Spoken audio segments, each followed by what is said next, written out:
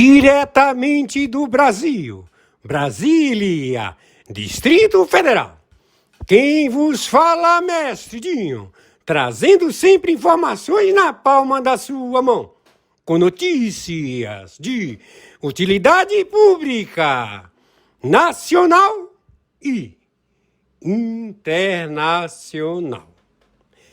O mestre Dinho, eu quero aqui, antes de iniciar esta live, eu quero falar sobre o Pix do juiz Oscar Aníbal Chapan. Pix, Oscar Aníbal Chapan, @gmail.com. Repito, Oscar Aníbal Chapan, @gmail.com. Está na descrição desse vídeo. Muito bom dia, dia 14 de dezembro de 2025, horário 3 horas da madrugada, 32 minutos. Quem está falando é o senhor Oscar Aníbal Chapano.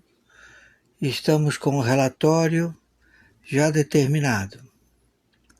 Está determinada a execução de Nicolás Maduro Moros. Ele pode ser abatido onde encontrado. Também todos os seus sócios do narcotráfico global. O Mossad, ele se encontra posicionado em toda a América do Sul, América Central e no Caribe. A CIA e também os mercenários russos, também estabelecidos no território. Todos já com a autorização para a morte de Maduro. Começa hoje, dia 14 de dezembro de 2025. Horário 3 horas da madrugada, 34 minutos. Meu Pix de sobrevivência, oscaranibalchapano@gmail.com, Mercado Pago. Meu Pix de sobrevivência é meu CPF 510-466-44734. Meu Pix de sobrevivência é meu telefone celular 552199-7420789. Urgente, entendam. Está autorizado o abate, a morte, através de sniper, através de assassinos profissionais. Alvos: falsa identidade na República Federativa do Brasil, Luiz Inácio Lula da Silva. Também o seu vice-presidente. Também a estrutura de governo da República Federativa do Brasil. São alvos já determinados. Integrantes de autarquias. Todos são alvos. Todos que têm conluio, tiveram contato, estabeleceram pagamentos, branqueamento de dinheiro. Começou hoje, 14 de dezembro de 2025, horário 3 horas da manhã, 35 minutos. Por favor, viralize isto o máximo possível. Muito bom dia. Muito bom dia. No momento 14 de dezembro de 2025, horário 1 hora da madrugada, 56 minutos. Os eventos de guerra já posicionados pela Rússia ao continente da América do Sul já se fizeram presentes na fronteira da Venezuela com Brasil. O componente russo nuclear, um MiG-16, com carga, ele fez a sua projeção na Amazônia Azul. Este procedimento é de guerra bacteriológica. Inseriu nas águas do território do Brasil substâncias que vão se alastrar conforme a evolução das marés e propulsão ao objetivo. E em poucas, vamos dizer assim, em pouco comportamento, vamos traduzir. Não tome banho de mar, não vá à praia. Não entre na água, a água está contaminada. Não sabemos a toxina estabelecida na guerra de envenenamento, mas é letal à humanidade. Este procedimento foi feito com o MiG, que quis estabelecer o alvo em um navio americano no Golfo da Venezuela. Mas ele não conseguiu o objetivo.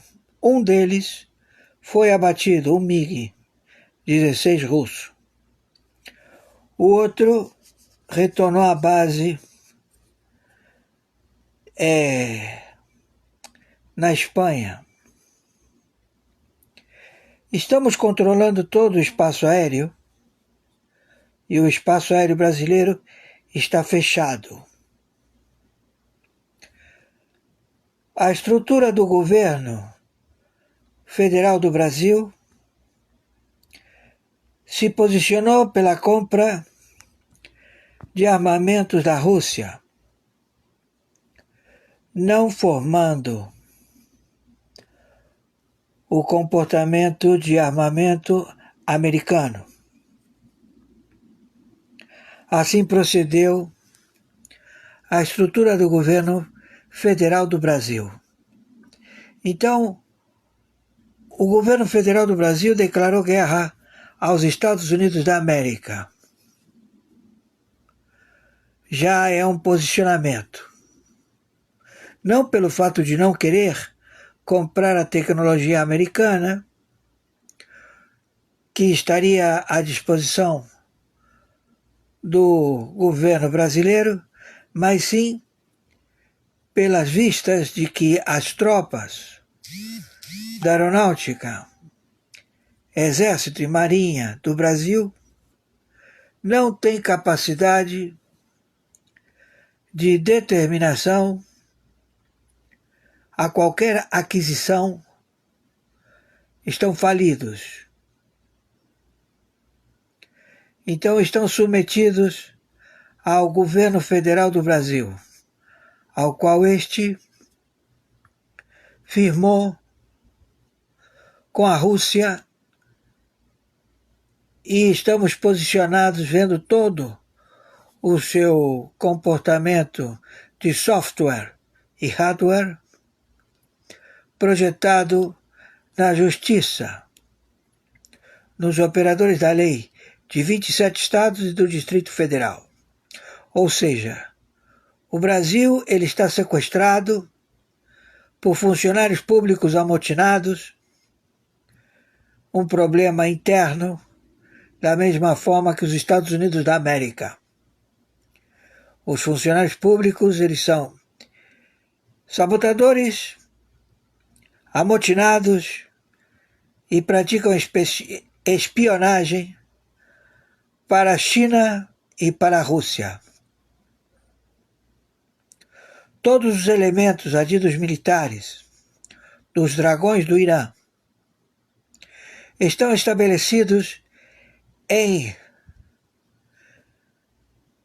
cargos de assessores militares em casernas, em comandos do Exército, da Marinha e da Aeronáutica. Estes adidos militares, eles estão levando informações para a Rússia e para a China. Os 4 aviões MiG-16, adquiridos pela Armada Argentina, já se encontram na base de Córdoba. E o seu objetivo é proteger Itaipu. Itaipu é o fornecedor de energia ao qual foi o objetivo de espionagem feito pelo GovBR do falsa identidade Luiz Inácio Lula da Silva, espia, sabotador, amotinado. Falsa identidade, plágio, que se faz chamar Luiz Inácio Lula da Silva. Então, ele é o alvo. E também a estrutura do governo federal do Brasil. Então, o Brasil já está em guerra contra os Estados Unidos da América. Estamos procedendo neste momento, hoje, sábado, 2h da madrugada, 4 minutos, do dia 14 de dezembro de 2025. O Brasil está em guerra contra os Estados Unidos da América. Os Estados Unidos da América já se posicionaram no Paraguai, já desativaram a base do Equador e estão se estabelecendo nos 17.000 quilômetros de fronteira seca do Brasil. Então, nós já estamos em invasão contra a estrutura de governo federal do Brasil. São amotinados, espias, sabotadores, terroristas, funcionários públicos que estão estabelecidos em 27 estados e no Distrito Federal. Não temos mais o que conversar, e sim muito a realizar. Pedimos à população do Brasil que entenda que não podemos revelar o procedimento logístico contra terroristas que estão estabelecidos em secretarias de governos de 27 estados e em 5.070 prefeituras, em secretarias de prefeituras que são cerceados e dirigidos por adidos militares do Hamas, do Hezbollah, do Irã, e também turcos, cubanos, todos estabelecidos na República Federativa do Brasil. Então o combate, ele já está sendo processado. As tropas do Mossad, da CIA, já estão em território da República Federativa do Brasil. Estamos informando aos 2 milhões e 300 mil favelas que, por favor, vocês aí que se prestaram a querer combater a sua distribuição de droga, de cigarro de palha, de merla, ou seja, falsa cocaína, não sejam carne de canhão. Vocês todos vão ser eliminados. Já está o confronto determinado. Incursões em 27 estados e no Distrito Federal. Pelas tropas da Polícia Civil, Polícia Militar e Polícia Federal. Está o Brasil sendo assessorado pelos Estados Unidos da América através da inteligência de Estado,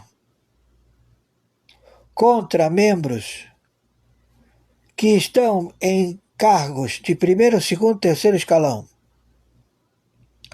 Todos estes amotinados e em procedimento terrorista. Temos líderes de partidos políticos que se prestam a este convívio e a esta lógica, deslumbrados por dinheiros. Deslumbrados por dinheiros. Bilhões que eles acreditam que eles vão ter possibilidade de adquirir. E não querem ver o óbvio, que é a guerra atômica nuclear no território da República Federativa do Brasil. E isto tudo já está sendo processado.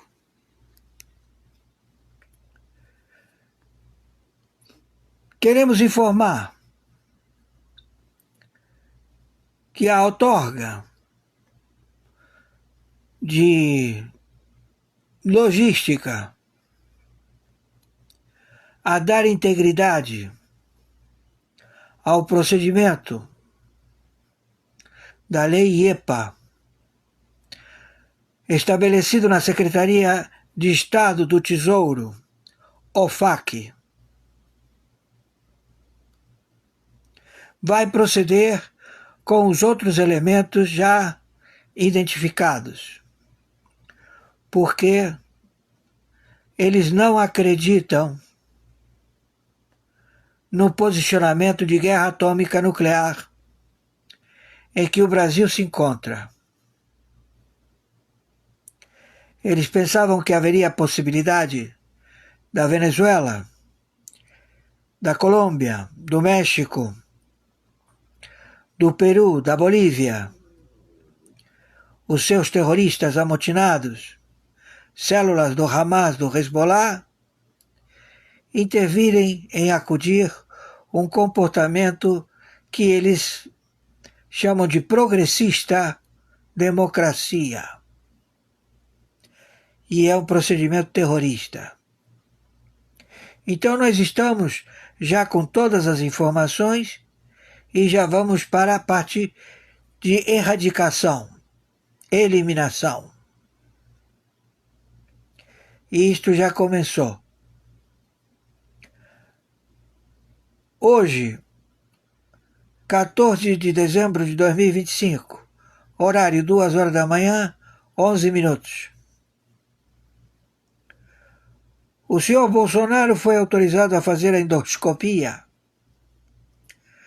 no presídio da Polícia Federal. A atitude da anistia, ou seja, eles falam que os Estados Unidos entendeu que a anistia é dosimetria. Não.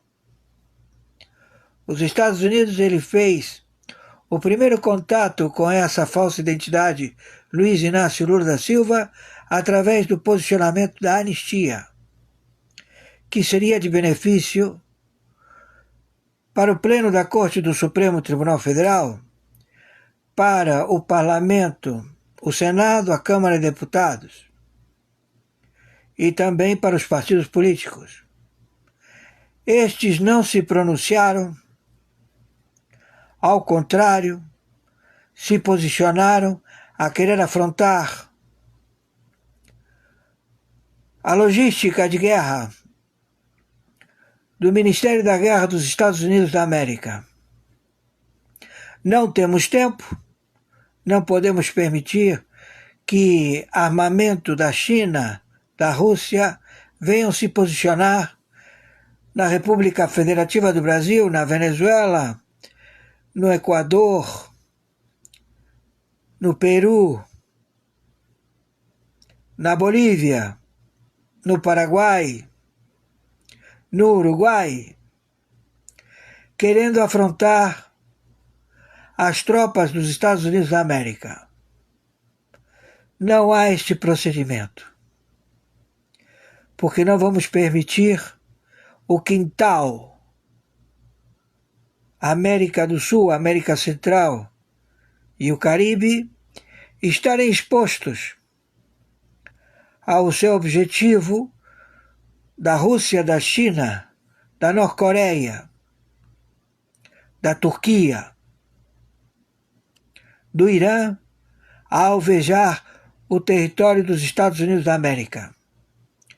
No território dos Estados Unidos da América estão os terroristas infiltrados na estrutura de governo dos Estados Unidos da América no Partido Democrata e também alguns republicanos, já todos identificados. Então lá qualquer subversão de motim, seja quem for, membros do Supremo Tribunal Federal dos Estados Unidos, em todos os estados, serão levados à prisão em crime, alta traição, confabulação contra o povo dos Estados Unidos da América. Não é uma justificativa de retórica a discutir quem tem razão. Há uma guerra atômica nuclear. O objetivo é destruir os Estados Unidos da América, destruir o Brasil, os seus estados, também países da América do Sul, da América Central e do Caribe. Porque se eles não têm a submissão destes povos, eles vão eliminá-los. E o inimigo que quer eliminar estes povos é o Irã, a Turquia, a Rússia, a China, a Norte-Coreia e os terroristas estabelecidos na estrutura de governo. Então já estamos em guerra. Conforme determinação, meu Pix é meu e-mail, oscaranibaltiapano@gmail.com. Meu Pix é meu CPF 510 466 447 34. Meu Pix é meu telefone celular 55 21 99 742 0789. Por favor, nos ajudem. O espaço aéreo brasileiro está fechado. As rodovias também. Não tome banho de mar. O mar está envenenado. Maiores informações entraremos em... Atenção para a notícia que acaba de chegar. Isabel Mega, desculpe interrompê-la, a gente já volta a falar aqui sobre a medida provisória que não foi aprovada e agora o governo vai ter de ver de onde vai tirar dinheiro.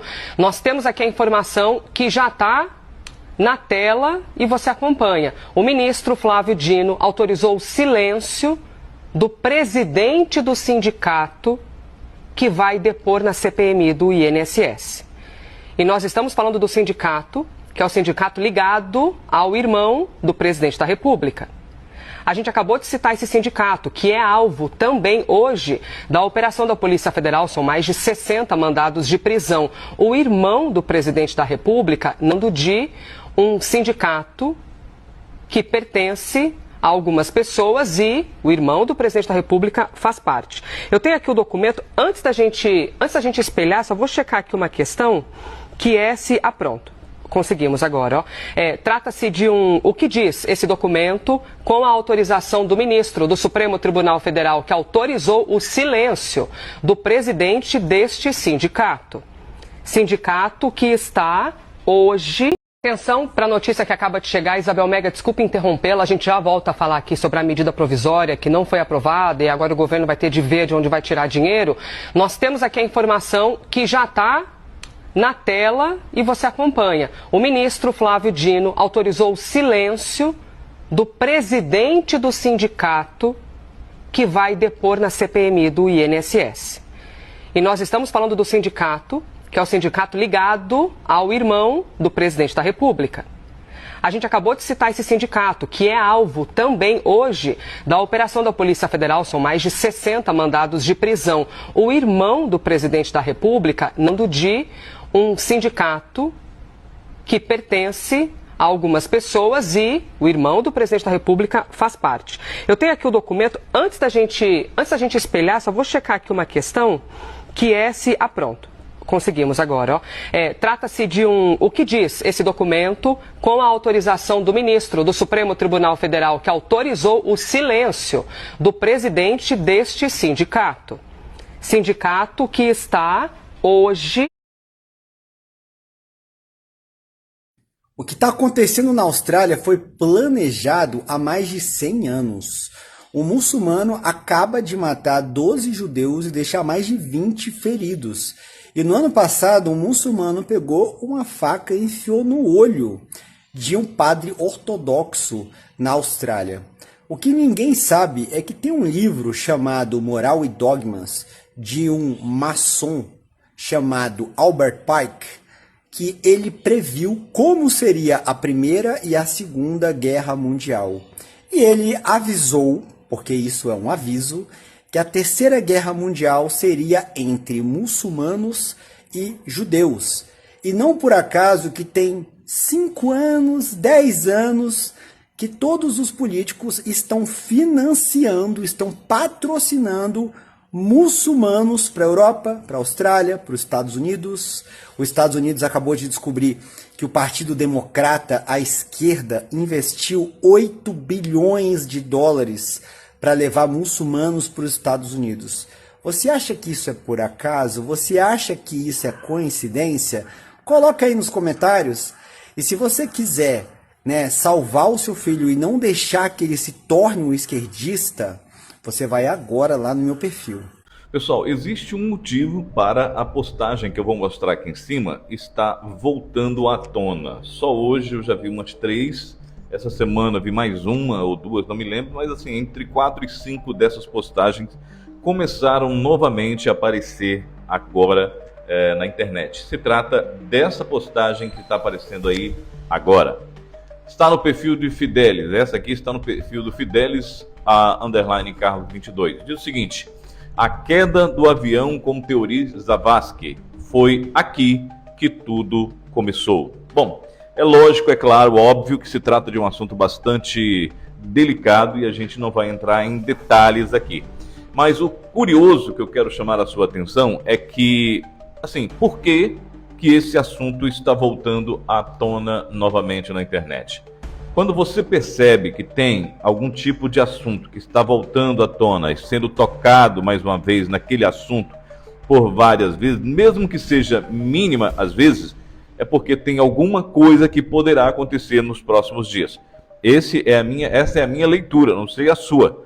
Portanto, preparem que possivelmente nesse restante de final de ano aí, vamos ver algo mais sobre esse assunto aí que a gente obviamente não pode falar aqui, tá bom? Portanto, quero saber a sua opinião, coloca aqui nos comentários o que você acha, por que certos assuntos começam a voltar à tona na internet e assim, do nada. Quero saber a sua opinião. Segue, curte e compartilha. Pessoal, existe um motivo para a postagem que eu vou mostrar aqui em cima estar voltando à tona. Só hoje eu já vi umas 3, essa semana vi mais 1 ou 2, não me lembro, mas assim, entre 4 e 5 dessas postagens começaram novamente a aparecer agora na internet. Se trata dessa postagem que está aparecendo aí agora. Está no perfil de Fidelis, essa aqui está no perfil do Fidelis, _ Carlos 22. Diz o seguinte: a queda do avião com teoria Zavascki, foi aqui que tudo começou. Bom, é lógico, é claro, óbvio que se trata de um assunto bastante delicado e a gente não vai entrar em detalhes aqui. Mas o curioso que eu quero chamar a sua atenção é que, assim, por que esse assunto está voltando à tona novamente na internet? Quando você percebe que tem algum tipo de assunto que está voltando à tona e sendo tocado mais uma vez naquele assunto por várias vezes, mesmo que seja mínima às vezes, é porque tem alguma coisa que poderá acontecer nos próximos dias. Essa é a minha leitura, não sei a sua. Portanto, preparem que possivelmente nesse restante de final de ano aí, vamos ver algo mais sobre esse assunto aí que a gente obviamente não pode falar aqui, tá bom? Portanto, quero saber a sua opinião, coloca aqui nos comentários o que você acha, por que certos assuntos começam a voltar à tona na internet e assim, do nada, quero saber a sua opinião, segue, curte e compartilha. Pessoal, existe um motivo para a postagem que eu vou mostrar aqui em cima estar voltando à tona. Só hoje eu já vi umas 3, essa semana vi mais uma ou 2, não me lembro, mas assim, entre 4 e 5 dessas postagens começaram novamente a aparecer agora na internet. Se trata dessa postagem que está aparecendo aí agora. Está no perfil de Fidelis, essa aqui está no perfil do Fidelis, _ Carlos 22. Diz o seguinte: a queda do avião com teoria Zavascki, foi aqui que tudo começou. Bom, é lógico, é claro, óbvio que se trata de um assunto bastante delicado e a gente não vai entrar em detalhes aqui. Mas o curioso que eu quero chamar a sua atenção é que, assim, por que esse assunto está voltando à tona novamente na internet? Quando você percebe que tem algum tipo de assunto que está voltando à tona e sendo tocado mais uma vez naquele assunto por várias vezes, mesmo que seja mínima às vezes, é porque tem alguma coisa que poderá acontecer nos próximos dias. Essa é a minha leitura, não sei a sua. Portanto, preparem que possivelmente nesse restante de final de ano aí, vamos ver algo mais sobre esse assunto aí que a gente obviamente não pode falar aqui, tá bom? Portanto, quero saber a sua opinião, coloca aqui nos comentários o que você acha, por que certos assuntos começam a voltar à tona na internet e assim, do nada, quero saber a sua opinião, segue, curte e compartilha. Trump deu um golpe em Lula e Moraes, revelado as 5 exigências de Trump para remover Moraes e esposa da Lei Magnitsky, que ajuda Bolsonaro. Trump acaba de retirar Alexandre de Moraes e sua esposa da Lei Magnitsky. A notícia caiu como uma bomba no Brasil. A imprensa militante comemorou como se fosse o fim do bolsonarismo. A Globo já está gritando: Trump recuou. Os porta-vozes do sistema estão em festa e muita gente de bem, patriota, está com o coração apertado. Mas calma, respira fundo e me escuta até o fim. O que estão te contando não é toda a história. Donald Trump não é um político comum. Ele é o maior negociador da história moderna. O homem que quebrou o sistema de Washington, enfrentou o globalismo, derrotou a máquina midiática e reconstruiu os Estados Unidos com base em soberania e estratégia. Você realmente acredita que esse mesmo Donald Trump, atual presidente da maior potência do planeta, teria recuado diante de Alexandre de Moraes por pura bondade? Você acredita que ele simplesmente teria perdoado o símbolo da censura no Brasil sem nada em troca? Claro que não. Trump não dá um passo sem cálculo.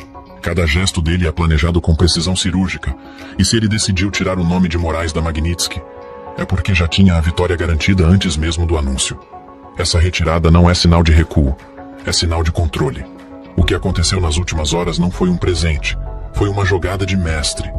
Trump apenas moveu as peças no tabuleiro. Lula e Moraes tiveram que pagar um preço altíssimo. E nesse vídeo, eu vou te mostrar exatamente qual foi esse preço. Vou revelar as 5 exigências mínimas que Trump impôs para aceitar retirar Moraes da lista da Magnitsky. 5 condições que vão mudar o rumo político do Brasil e abrir caminho para a libertação dos presos políticos e sim, para a liberdade de Jair Bolsonaro até o fim de 2026. Mas antes de entrar nessa explicação, eu preciso falar diretamente com você, patriota. Eu sei que as últimas horas foram confusas, que muitos estão se sentindo traídos, assustados e até sem esperança. Mas é justamente por isso que este vídeo é fundamental. A verdade precisa circular. Há milhares de brasileiros de bem neste momento acreditando na narrativa da Globo e achando que Trump recuou. E é a sua missão mostrar que não. Por isso, eu te peço com toda sinceridade, compartilhe este vídeo agora. Leve essa mensagem a quem está desesperado. Mostre que existe estratégia, existe plano, e que o homem mais poderoso do mundo continua no comando do tabuleiro. O Brasil está prestes a viver uma virada silenciosa e você precisa fazer parte disso. Compartilhar esse vídeo não é só espalhar informação, é um ato de resistência. Agora sim, fica comigo até o fim, porque eu vou te mostrar, uma a uma, as exigências de Trump e o verdadeiro sentido dessa jogada que todos da imprensa não querem que você saiba. Vamos organizar os fatos para que tudo faça sentido. Porque quando a gente coloca as peças na ordem certa, a jogada de Donald Trump se revela com clareza.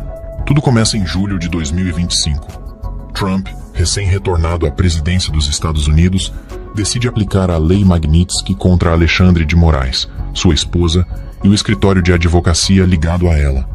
A acusação era direta e dura: abuso de poder, perseguição política e censura institucionalizada no Brasil. Naquele momento, o mundo inteiro entendeu o recado. Trump estava dizendo a Moraes e a Lula: ou vocês respeitam a liberdade ou sentirão o peso econômico da maior potência do planeta. O impacto foi imediato. As contas de Moraes foram bloqueadas, sua esposa perdeu acesso a fundos internacionais, escritórios ligados ao casal tiveram contratos suspensos e, de repente, o Brasil inteiro sentiu o reflexo dessa pressão. Empresários, diplomatas e até membros do governo começaram a perceber que a postura autoritária de Moraes estava custando caro. O país via acordos comerciais com os Estados Unidos travarem da noite para o dia. E foi aí que o desespero começou. Em agosto, emissários do governo Lula e do próprio Moraes passaram a buscar pontes discretas com Washington. Nada oficial, tudo por baixo dos panos. Diplomatas, intermediários, advogados, todos tentando reverter a sanção que virou um símbolo de vergonha internacional. Mas Trump não é homem de ceder por pressão. Ele só negocia quando o adversário está de joelhos. Em setembro, a primeira mudança começou a aparecer. Perfis conservadores voltaram a respirar nas redes sociais.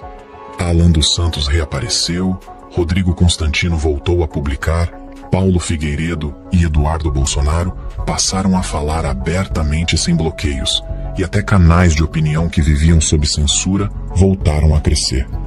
Coincidência? Claro que não. Foi o primeiro sinal de que Moraes começou a ceder. Poucas semanas depois, veio a segunda fase da Operação Silenciosa. Em outubro, Lula enviou uma carta diplomática a Trump oferecendo o que o Brasil tinha de mais valioso.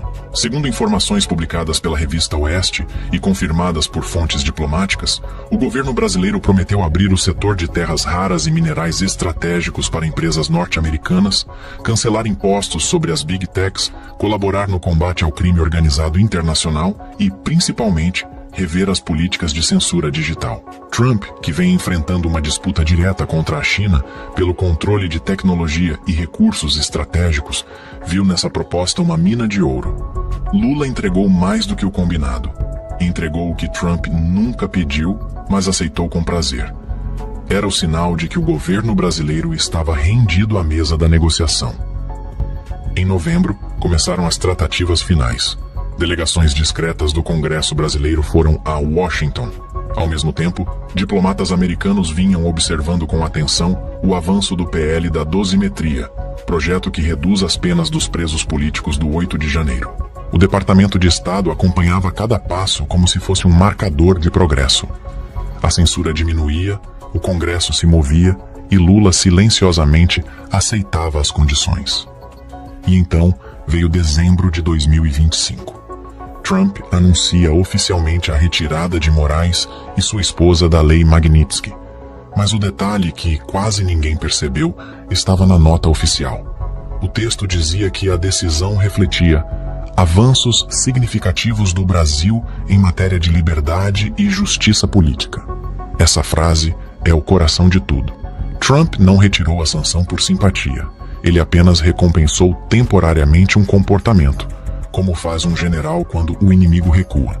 E é aqui que entra a parte mais importante. Trump não retirou a Magnitsky de forma definitiva. Ele suspendeu a aplicação, condicionando tudo ao cumprimento de 5 exigências específicas. E se qualquer uma delas for descumprida, A Magnitsky volta, 100 vezes mais forte, como confirmou o próprio advogado de Trump. Cada evento dessa linha do tempo mostra que não houve recuo, houve domínio. Trump usou uma lei americana para enquadrar o sistema brasileiro. Fez do castigo uma ferramenta de negociação. Transformou a punição em controle. E agora, com Moraes fora da lista, mas preso a um acordo diplomático severo, começa a parte mais interessante: as 5 exigências secretas que garantiram essa retirada. Fica comigo, porque é aí que você vai entender a verdadeira dimensão dessa jogada. Agora tudo começa a fazer sentido. A decisão de Trump não foi um gesto de gentileza, foi uma operação de controle diplomático. O maior negociador do planeta não retirou Moraes da Magnitsky porque quis perdoá-lo, mas porque quis amarrá-lo. E essa amarra tem nome, prazo e cláusulas claras. Trump impôs 5 exigências mínimas ao governo Lula e a Alexandre de Moraes. 5 condições que, se forem quebradas, trarão de volta as sanções. E dessa vez, com força redobrada. Vamos a elas. Primeira exigência: o fim da censura digital. Trump deixou claro que a liberdade de expressão é a base de qualquer relação diplomática com o Brasil. Moraes teria que encerrar imediatamente o bloqueio sistemático de vozes conservadoras, suspender perseguições a comunicadores e devolver espaço de fala aos brasileiros de direita. E foi o que começou a acontecer. Os perfis censurados reapareceram, os canais voltaram a crescer e o clima de medo nas redes começou a se dissipar. Trump exigiu, Moraes obedeceu. Segunda exigência: a libertação gradual dos presos políticos do 8 de janeiro. Essa foi uma das condições mais duras. Trump exigiu que o governo brasileiro promovesse uma revisão dos processos, a redução das penas e a soltura progressiva dos patriotas presos por se manifestarem. A Casa Branca, segundo fontes diplomáticas, vem acompanhando diretamente o avanço do PL da dosimetria no Congresso. O projeto é visto por Trump como o primeiro passo rumo à anistia total. E o recado foi simples: enquanto houver brasileiros presos por motivo político, não haverá normalidade entre os dois países. Terceira exigência: garantir a liberdade de Jair Bolsonaro até o fim de 2026. Essa foi uma cláusula inegociável. Trump fez questão de incluir a proteção jurídica e pessoal do maior líder da direita latino-americana.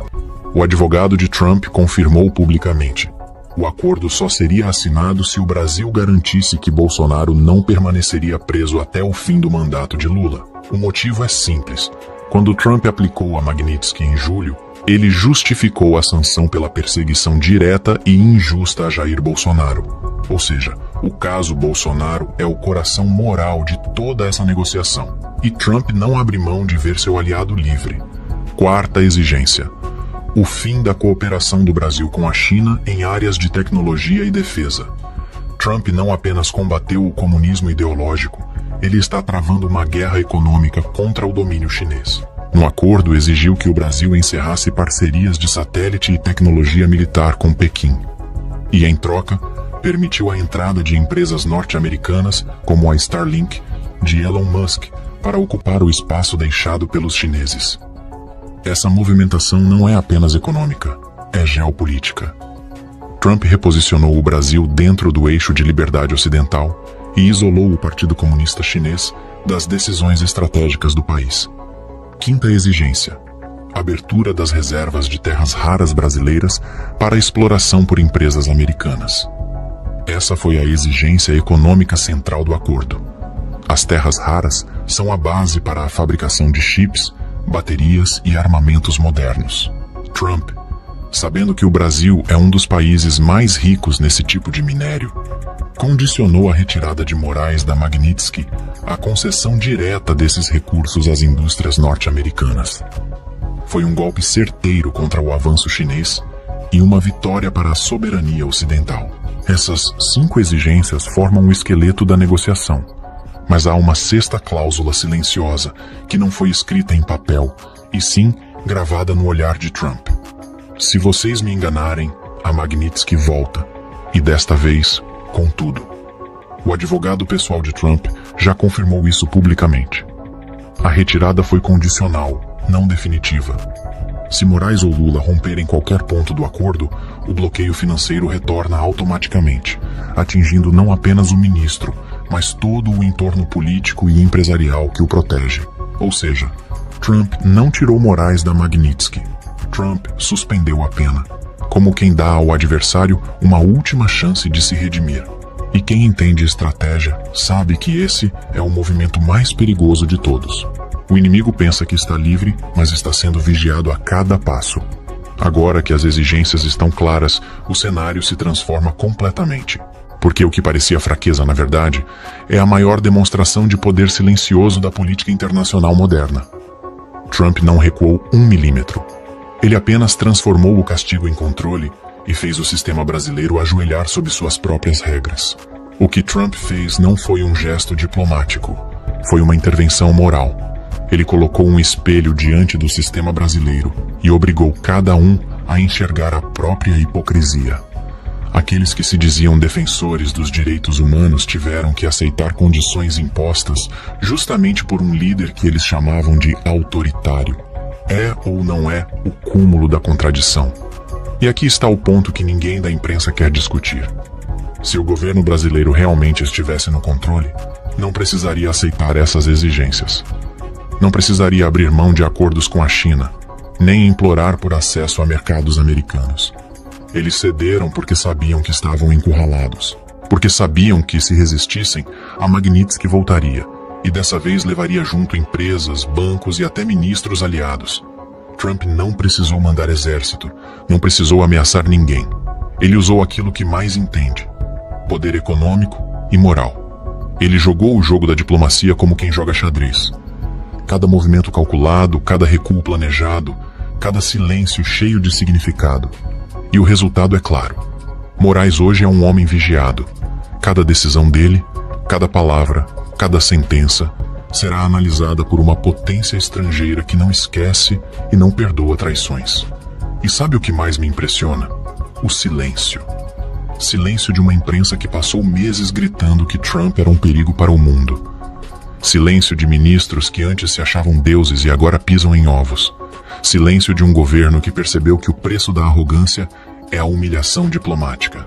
Enquanto isso, o povo continua pagando o preço da censura, das prisões políticas e da destruição de reputações. Mas esse preço agora tem prazo para acabar, porque Trump colocou um cronômetro no sistema. Cada semana que passa sem liberdade, sem justiça e sem transparência, aproxima o Brasil do retorno da Magnitsky. E dessa vez, sem negociação.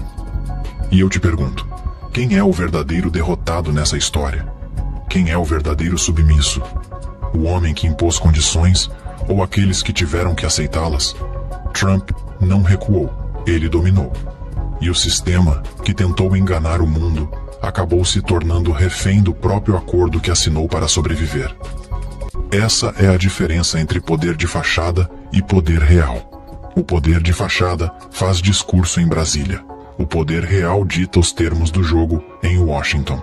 E foi exatamente isso que aconteceu. Por isso, quando você ouvir alguém dizer que Trump perdeu, sorria. Sorria porque você sabe o que está por trás dessa história. Você sabe que o recuo é apenas aparência, que a verdadeira vitória é silenciosa, paciente e inevitável. E que o homem mais poderoso do planeta não perdoou Moraes, apenas lhe deu a chance de se autodestruir caso rompa o acordo. Trump mostrou que inteligência vence arrogância e que o Brasil só voltará a respirar liberdade porque um líder de fora teve coragem de fazer o que muitos aqui dentro temeram fazer: confrontar o sistema. Agora que as cartas estão sobre a mesa, precisamos entender o que realmente está acontecendo. O que Trump fez não foi apenas uma negociação, foi um reposicionamento completo do Brasil no tabuleiro mundial. A esquerda brasileira, acostumada a ditar as regras internas, descobriu que existe um limite, e que esse limite agora tem nome, rosto e poder real.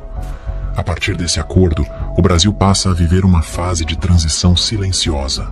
Os primeiros sinais já estão aí, e se você observar com atenção, vai perceber que o sistema está se rearrumando às pressas.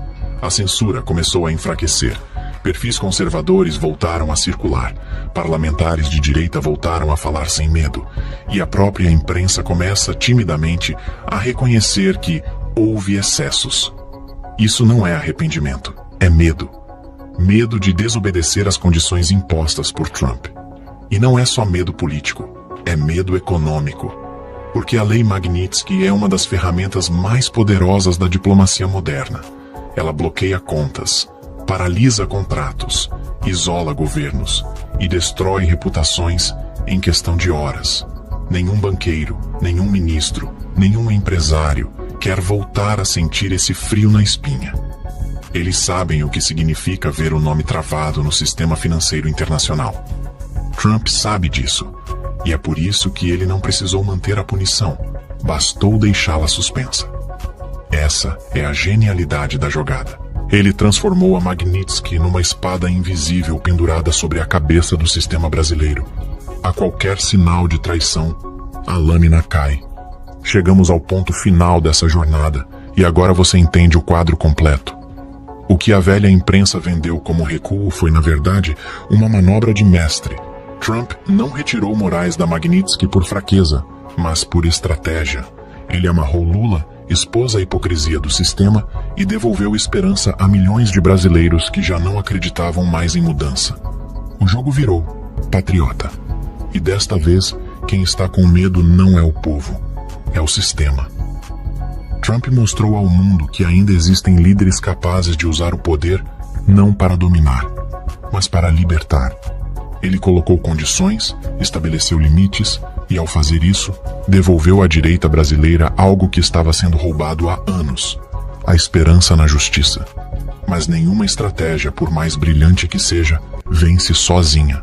O movimento precisa continuar, e ele depende de cada um de nós. Depende de mim, depende de você, depende de todos os brasileiros que se recusam a aceitar a mentira como verdade. É hora de resistir com serenidade e agir com inteligência. É hora de ocupar o espaço que a censura tentou destruir, de falar com amigos, familiares, colegas e mostrar que há um plano em andamento. Um plano que não nasceu em Brasília, mas no coração daqueles que acreditam num Brasil livre, soberano e moralmente restaurado. O sistema vai tentar se reorganizar, vai tentar mentir, vai tentar confundir, mas o que está feito, está feito. Trump deixou o recado. Ou cumprem as exigências, ou a Magnitsky volta. E quando voltar, não haverá mais espaço para desculpas. Por isso, é nossa responsabilidade manter a pressão, manter o debate vivo e continuar espalhando a verdade. Cada compartilhamento é um ato de coragem. Cada palavra dita com consciência é uma semente plantada na mente de quem ainda dorme. E quando a verdade se espalha, o medo desaparece. O Brasil está despertando. O patriota não se cala. O patriota não desiste. O patriota não vende sua fé no país por manchetes fabricadas. O que Trump iniciou com diplomacia, nós precisamos completar com união. A libertação dos presos políticos, a liberdade de Jair Bolsonaro, o fim da censura, tudo isso está em curso. Mas depende de nós vigiar, cobrar e manter viva a chama da resistência.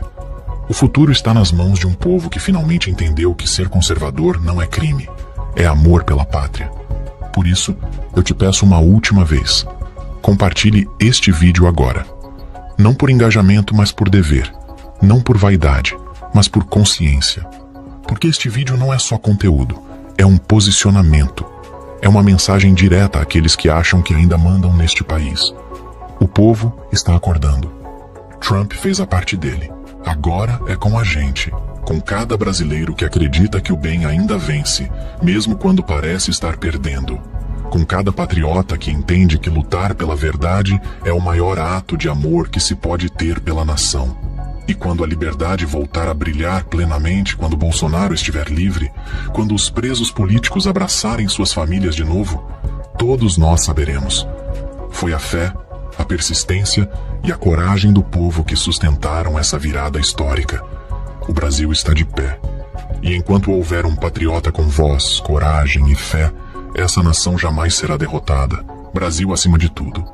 Deus acima de todos. Gostou do vídeo? Deixe sua opinião aqui nos comentários. Te peço que se inscreva no canal, deixe seu like, ative o sino de notificações para não perder nada. Fiquem todos com Deus e um abraço. Um senador brasileiro admitiu publicamente possuir um visto americano concedido exclusivamente para informantes e colaboradores de agências de segurança, como o FBI e a CIA. Ele não tentou esconder e ele se orgulhou muito disso. Enquanto o Supremo Tribunal Federal tenta restringir seus movimentos no Brasil, ele viaja livremente pelos Estados Unidos com proteção do governo americano. E a pergunta é, que tipo de informações ele forneceu para conseguir essa proteção? Seja muito bem-vindo ao Hub TNT, seu canal que descomplica a imigração para os Estados Unidos. E hoje eu vou te explicar exatamente como funciona esse sistema, que permite que pessoas com informações valiosas obtenham proteção americana oficial. E olha, isso não é uma teoria da conspiração. São fatos documentados de como funciona o visto S, um dos vistos mais secretos e exclusivos do sistema americano. Vou explicar os critérios técnicos, o processo de obtenção, as proteções oferecidas e, no final, vamos refletir sobre as implicações quando políticos eleitos possuem esse tipo de visto. Imagina um visto tão secreto que nem aparece nos sites oficiais da imigração americana. O visto de categoria S é literalmente o visto dos delatores, criado exclusivamente para pessoas que traem organizações criminosas e terroristas, fornecendo segredos para o governo americano. Não estou exagerando quando digo que traem. A palavra técnica é colaboram, mas vamos chamar as coisas pelo nome. Você entrega informações sigilosas sobre o seu país, sobre sua organização, sobre seus parceiros para uma potência estrangeira. Existem dois tipos principais, o S5 para informações sobre organizações criminosas e o S6 para informações sobre organizações terroristas. É como se os Estados Unidos tivessem criado uma porta de entrada especial para quem tem segredos sujos para vender. Para vocês terem ideia da exclusividade dessa honra, apenas 200 vistos S5 e 50 vistos S6 são concedidos por ano em todo o mundo. É mais raro do que a vaga para astronauta. No Brasil inteiro, provavelmente, existem menos de 10 pessoas com esse visto, e uma delas é um senador da República, sentado numa cadeira que deveria representar os interesses do povo brasileiro. E tem mais, familiares diretos também podem receber proteção. É um programa de proteção familiar completo para quem decide colaborar contra o seu próprio país. Esse visto foi bastante expandido depois do 11 de setembro, o ataque às Torres Gêmeas de Nova York, quando os Estados Unidos perceberam que precisavam de uma ferramenta mais agressiva para recrutar informantes estrangeiros com acesso a informações estratégicas. É diferente de todos os outros vistos, porque você não pode solicitar. Apenas agências americanas de aplicação da lei podem patrocinar você, como o FBI, o DEI ou o Departamento de Justiça. Você precisa ser convidado para atrair. É aqui que entra um detalhe mais perverso. Esse visto é especificamente para pessoas que normalmente não poderiam entrar nos Estados Unidos. Criminosos, pessoas com problemas de imigração, deportados. O governo americano perdoa qualquer crime se a informação for valiosa o suficiente. Para conseguir esse visto, você precisa entregar informações que os americanos considerem críticas e confiáveis sobre organizações que eles querem desmantelar. Não são informações públicas, não são opiniões políticas, são segredos internos, documentos confidenciais, estratégias sigilosas ou conexões criminosas. É literalmente vender informações do seu país para uma potência estrangeira em troca de proteção pessoal. Vou explicar como funciona o processo de obtenção desse visto, que é bastante específico e diferente de qualquer outro tipo de imigração americana. Primeiro passo, você precisa ser identificado por uma agência americana como tendo informações potencialmente valiosas. Eles fazem essa avaliação baseada em seu acesso a organizações ou informações específicas. Segundo passo, há uma negociação entre você e a agência sobre os termos da operação. Isso inclui que tipo de informação será fornecida, por quanto tempo você fornecerá essas informações e quais as proteções que serão oferecidas para você e para sua família. Terceiro passo, a agência preenche o formulário I-854 em seu nome, justificando formalmente que suas informações são essenciais para as investigações ou alguma operação específica que esteja tramitando aqui dentro dos Estados Unidos. Para conseguir esse visto, você precisa atender a 3 critérios técnicos específicos. O primeiro delas, suas informações devem ser consideradas exclusivas e críticas pelas agências americanas. Você precisa ter acesso às informações que outras pessoas não conseguiriam ter. O segundo é que você deve estar disposto a testemunhar ou cooperar continuamente com investigações americanas, incluindo possíveis testemunhos em tribunais de julgamentos aqui nos Estados Unidos. E o terceiro, a sua cooperação deve ser considerada essencial para o sucesso de operações ou investigações específicas. As agências precisam justificar que não conseguiriam os mesmos resultados sem a sua participação. Aceitar o visto S significa aceitar uma série de obrigações e restrições bem específicas. Você deve reportar a sua localização e atividades ao governo americano a cada 3 3 meses. É um monitoramento constante de sua situação. Você não deve ser condenado por crimes nos Estados Unidos com pena superior a 1 ano. Caso contrário, perde o visto automaticamente. E há uma cláusula importante. Você renuncia ao direito de contestar deportação na maioria dos casos. Se as agências decidirem que não precisam mais de você, as opções legais são extremamente limitadas nesse caso. O governo americano reconhece que os informantes podem enfrentar riscos pessoais e, por isso, o visto S oferece uma proteção extra bem específica. Você pode trabalhar legalmente nos Estados Unidos durante o período de cooperação, por exemplo. A sua identidade pode ser protegida em determinados processos, por exemplo, com uma identidade falsa, e a sua família imediata também pode receber o mesmo tipo de proteção. No entanto, há algumas contrapartidas. Se você fornecer informações falsas ou omitir dados relevantes sobre o seu próprio histórico, pode perder todas as proteções instantaneamente se isso for descoberto pelo governo americano. Uma das principais vantagens do visto S é a possibilidade de obter residência permanente americana depois de cumprir as obrigações de cooperação, o famoso Green Card. O processo funciona em 2 etapas. Primeiro, a agência patrocinadora, ou seja, o FBI, a CIA ou o DAI, deve certificar que você cumpriu todos os acordos e que sua cooperação foi muito bem sucedida. Depois, você pode solicitar ajuste de status para residente permanente. É um incentivo significativo para pessoas que buscam estabelecer vida nova aqui nos Estados Unidos através de uma cooperação com as autoridades americanas, ou seja, poder garantir o Green Card para você e para sua família, delatando organizações criminosas. O senador da República Brasileira não tentou esconder esse visto, muito pelo contrário. Em março de 2025, quando questionado sobre suas ligações americanas, ele disse com todas as letras: possuo 4 cidadanias e um visto americano de categoria S. Recomendo que pesquisem essa categoria antes de fazer insinuações equivocadas. Ele não desconversou, ele se gabou de ser delator americano como se essa fosse uma conquista pessoal. Isso significa, sem sombra de dúvida, que o senador brasileiro forneceu informações críticas e confidenciais para agências americanas sobre organizações no Brasil. Enquanto o STF tentava prender seus passaportes e restringir seus movimentos, ele zombou da justiça brasileira viajando aqui para os Estados Unidos. Ele não apenas desafiou ordens judiciais brasileiras, ele fez isso protegido pelo governo americano. A humilhação nacional institucionalizada. A mensagem é clara: a justiça americana protege ele da justiça brasileira. E a gente pode interpretar que a nossa soberania vale menos do que a proteção americana para um delator. A pergunta técnica que fica é: que tipo de informações esse senador forneceu aos americanos para conseguir esse visto? O programa exige informações críticas e confidenciais sobre organizações criminosas ou terroristas. Mas quais organizações? Quais informações foram dadas? Como senador, ele tinha acesso a reuniões reservadas, documentos sigilosos, estratégias governamentais. O escopo é muito amplo de como ele pode ter colaborado com a justiça americana. Por questões de segurança, nunca saberemos os detalhes específicos, mas sabemos que foi considerado valioso o suficiente pelos americanos para que ele pudesse ter não só o visto S, como uma proteção aqui do governo americano. E esse não é um caso isolado. Ele mencionou ter 4 cidadanias. Isso sugere que ele tem uma rede internacional de proteção. Quantos outros políticos brasileiros podem eventualmente ter vistos similares a esse? Ou quantos outros senadores são delatores protegidos de potências estrangeiras como os Estados Unidos? Estamos falando de uma possível rede de informantes estrangeiros operando dentro do Congresso Nacional Brasileiro. Agora chegamos ao ponto que ninguém quer discutir abertamente. Quais são as implicações reais de um político brasileiro possuir um visto de informante americano? Eu não tenho respostas prontas para dar aqui, infelizmente. Vou apresentar alguns fatos e deixar vocês tirarem suas próprias conclusões. O fato é um senador brasileiro eleito para representar os interesses do povo brasileiro. Outro fato é que ele possui um visto que o classifica oficialmente como um colaborador de agências americanas. Como conciliar essas duas funções? É possível ou é problemático? Vocês decidem a respeito disso. Mas deixa eu dar algumas diferentes perspectivas aqui. Alguns argumentariam: se ele está ajudando a combater o crime e o terrorismo, qual que é o problema? Ou outros poderiam questionar: mas quem define o que é crime? Quem decide quais são as informações que podem ser compartilhadas? Há também quem diga que cooperação internacional é normal e necessária. E ainda quem responda: mas cooperação oficial é diferente de delação secreta protegida. A principal informação é: os eleitores desse senador sabiam de fato que ele era um colaborador do governo americano quando votaram nele? Se soubessem, isso teria feito alguma diferença na sua eleição? Ele teria recebido todos os votos necessários para se tornar senador da República? Isso levanta uma questão interessante. Políticos deveriam declarar esse tipo de visto em suas campanhas, por exemplo? Não estou dizendo que sim nem que não. Estou perguntando: o eleitor tem direito de saber? Em outros países, políticos com vínculos similares a governos estrangeiros seriam obrigados a declarar publicamente ou até mesmo a renunciar ao seu cargo. Nos Estados Unidos, por exemplo, há leis rígidas sobre foreign agents, ou seja, agentes estrangeiros. estrangeiros. No Brasil, não temos regulamentação específica para esse tipo de situação. Talvez devêssemos ter. Defensores diriam, é legítimo cooperar com as democracias aliadas contra crime organizado. Enquanto alguns críticos podem argumentar, mas quem garante que apenas informações sobre crimes são de fato compartilhadas com o governo americano? A gente pode até fazer uma observação bastante pragmática, que na geopolítica moderna, isso é muito mais comum do que a gente pode imaginar. Mas com certeza, numa visão mais nacionalista e protecionista, a gente também poderia dizer que isso compromete a independência de decisões políticas dentro do Brasil. Na verdade, a gente está falando de uma situação super complexa aqui. O visto de categoria S é uma realidade jurídica americana. Políticos brasileiros podem legalmente possuí-lo. Isso são fatos e não opiniões. A questão mais complexa é quais são as implicações disso para a nossa democracia e para a confiança pública e para a transparência política. Não há respostas simples para perguntas tão complexas como essa. Isso caberia um debate bastante franco dentro da população para saber se esse é o caminho correto ou não. Para finalizar, eu queria deixar uma reflexão aqui. Cada um precisa formar a sua própria opinião sobre esses pontos. É aceitável que políticos tenham vínculos formais com governos estrangeiros? Ou deveria haver mais transparência sobre esses tipos de relacionamento? E como equilibrar cooperação internacional com independência política? Vou deixar aqui essas questões para que vocês possam responder aqui embaixo nos comentários. Se vocês querem entender mais sobre como funciona o sistema de imigração americana e suas implicações políticas, se inscreva aqui no canal e deixem nos comentários suas reflexões sobre essa questão. Não há resposta certa ou errada, há apenas diferentes perspectivas que merecem de fato ser debatidas. Eu queria deixar esse espaço aberto aqui com vocês. O importante é que essas questões sejam discutidas abertamente, com a informação técnica correta, para que cada cidadão possa formar as suas próprias conclusões. Mais uma vez, agradeço a sua companhia até aqui. Até a próxima.